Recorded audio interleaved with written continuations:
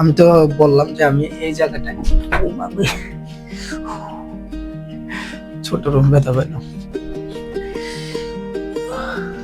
এই যে দেখাচ্ছি যে এই রুমটা, এখানে যে জায়গাটা দেখতে পাচ্ছ, এই গ্যাপটাকে চেয়ারটা এখানে রাখবো না, চেয়ারটা হয়তো দিকে রাখবো না, কোথায় বুঝতেছি না।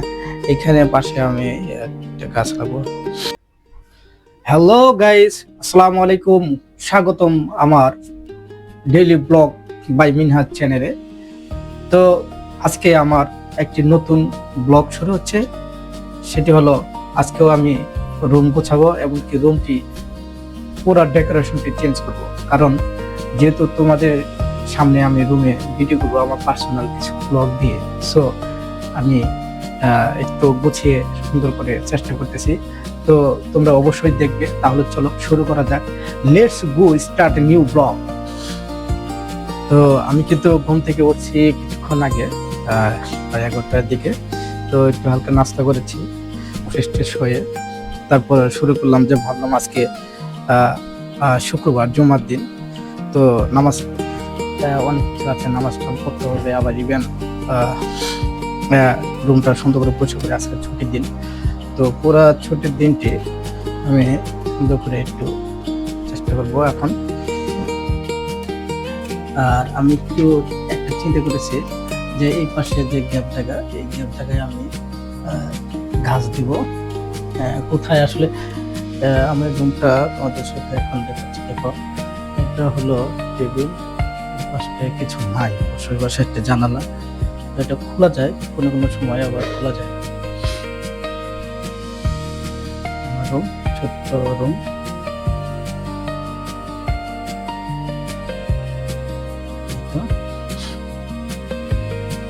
আর এই পাশে একটি জানালা, আর এখন আমি জানালাটা একটু এই পাশে গাছগুলো লাগবো, যেহেতু গাছ এখানে আমি একটি গাছ এখানে দেখতে পাচ্ছ,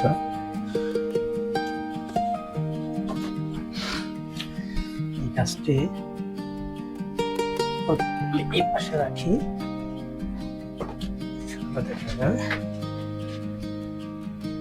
মাঝে মাঝে জানালা খুলে দিলে আলো আসবে। এই পাশটা আসলে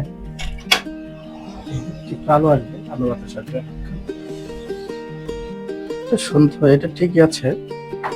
আর টেবিল মোটামুটি আসলে আমি এর থেকে ভালো রাখতে পারি না গুছিয়ে।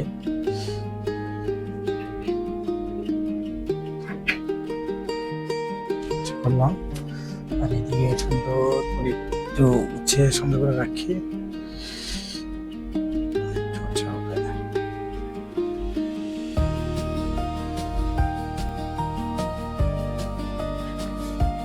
এই কাজটা গুছিয়ে রাখবো।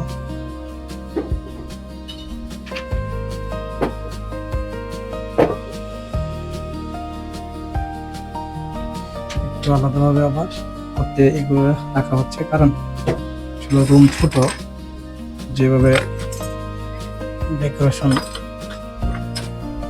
সুন্দর করে সাজানো যায়। আর তোমরা তো অনেক সুন্দর করে সাজাও, আসলে পারি না, তবে আমি চেষ্টা করতেছি, আমার তো অনেক সুন্দর হবে। আর একটা বিষয় শেয়ার করে, এটাই হলো আমার রুমের আকর্ষণীয় জিনিস। এটা আমি এটা দিয়েই মানে আমাকে দেখতে হয়, আমার কেজ, আমার বলো নিজেকে। আয়নাটা ছোট, কি করবো বলো, তো রুম ছোট, আমার আয়নাটাও ছোট, গ্লাসটাও, আর এখানে তো তেমন রাখার কোনো স্পেস নেই, জায়গা নেই, তো কোথায় সুন্দরভাবে রাখবো। আর এটা হলো আমার সিঙ্গেল বেড, আমি শেয়ার করতেছি আর কি আমার রুমে। তো এটা আশা করি টেবিল ঠিক আছে। তোমাদের কেমন মনে হচ্ছে?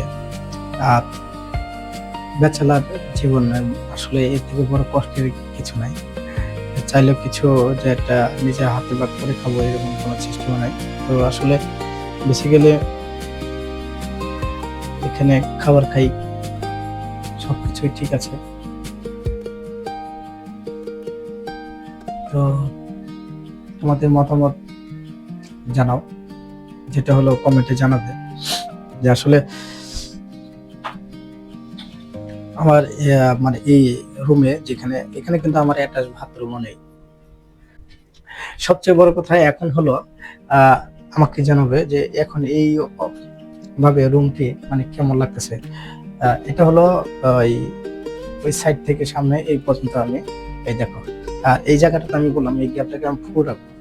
কোন জায়গায়? আচ্ছা, হ্যাঁ, আমি তো বললাম যে আমি এই জায়গাটায় ছোট রুম ব্যথা পেলাম। সরি, এই যে দেখাচ্ছি যে এই রুমটা এখানে যে জায়গাটা দেখতে পাচ্ছ, এই গ্যাপটাকে চেয়ারটা এখানে রাখবো না, চেয়ারটা হয়তো দিকে রাখবো না, কোথায় বুঝতেছি না। এখানে পাশে আমি একটা গাছ লাগাবো, আর এখানে একটি। তো আসলে রুমের ভিতরে যেহেতু আমার এসি আছে, প্লাস এখানে রুমের ভিতরে আসলে কোন ধরনের গাছটা রাখলে সুন্দর হবে তোমরা অবশ্যই কমেন্টে জানাবে, আমি সেটাই আনবো। তোমরা কমেন্টে জানাবে যে আমি কোন ধরনের গাছটি সুন্দর গাছের যেগুলো রুমের ভিতরে হয় সেটাই আমি সাজাতে চাচ্ছি, রাখতে চাচ্ছি। ঠিক আছে, তো তোমাদের